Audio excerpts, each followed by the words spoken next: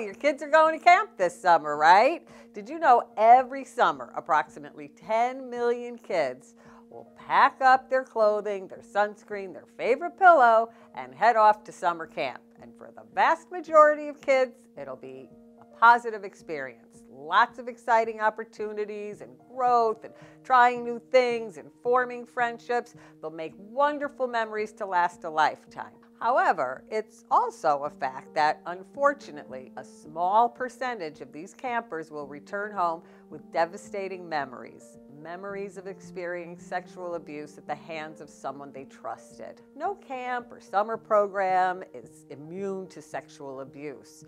And while camp administrators work very hard to ensure our children's safety, it's our job as the parents to do our very best to safeguard and protect our kids so that they return home with happy memories of special, wonderful time in their childhood. So with that in mind, let's go through some simple steps to keep our kids safe this summer. So here's some important questions that every parent should ask of their camp. Number one, start by showing that you are an aware and involved parent by asking, what steps do you take to prevent the risk of sexual abuse at your camp? This is a reasonable question to ask. At the very least, the camp should be able to offer you some reassurances that they have certain guidelines and procedures in place for their staff and the other campers as well.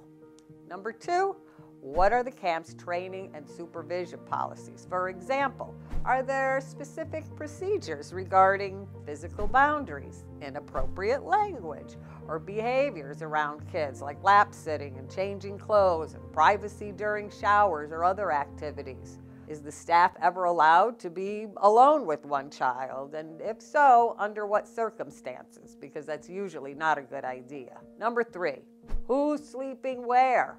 Are the younger children separated from the older kids? And is there more than one counselor assigned to a cabin? Number four, is there a camp mother or a nurse that the kids can go to if something's bothering them? Number five, is the overnight director trained to recognize inappropriate behaviors and take action if necessary? Number six, under what circumstances will parents be notified about an allegation or any misconduct? And lastly, ask the camp director, can I meet or talk to my camp counselor ahead of time? So it might not be possible to meet your child's counselor, but ask if you can speak to that counselor over the phone during the first or second day in camp. In other words, find out how you can communicate with that counselor so that you can let that person know you're a visible and alert parent. So don't be shy about asking questions and putting out that visible vibe as a parent. This is not the time to be overly polite or naive. Most camps and summer programs recognize the need to be proactive about safety, but sometimes even the administrators might need a little nudge from a parent to make sure they're doing all that they should be. Talk to your kids. Here's a few simple reminders directly to your children. This will go a long way in keeping them safe. We want to empower them ahead of time by letting them know that there are certain thumbs up and thumbs down behaviors for everyone at camp, even the grown-ups. So have a clear conversation with your kids ahead of time and be sure to cover such things as they're the boss of their own body and nobody has permission to touch their private parts or engage in any kind of a touch that makes them feel uncomfortable. Teach your child exactly what to say in an emergency. For example, they should be able to say, "Stop touching me," to anyone at any time. It's important to give kids this language because that empowers them and that gives them the means to stand up for themselves. Remind them, no means no.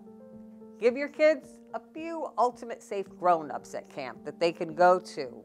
Maybe the camp mother or nurse or the director. There should be more than one person at the camp that your child knows they can go to if they need help. We call that their safety net. Reassure your child that they are your number one priority and that they don't have to be too polite if someone at camp is breaking a personal rule or making them feel badly. Sometimes a child worries that they have to do everything the adults say, and that's a risky situation. Finally, set up a little code with your child in case they want to confide in you during a phone call, but they aren't quite sure how to do it.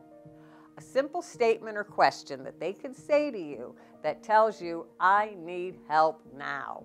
It can be something as innocuous as, Mom, did you feed my fish? Or, can you send up another yarmulke, please?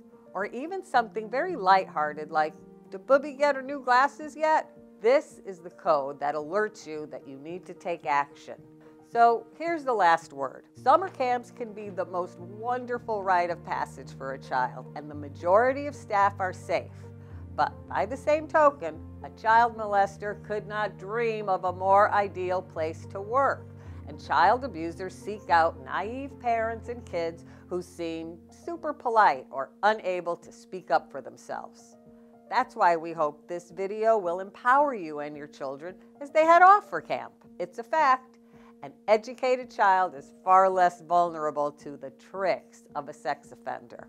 And remember, as parents, we are equal and invaluable partners in the fight to protect our children from sexual abuse.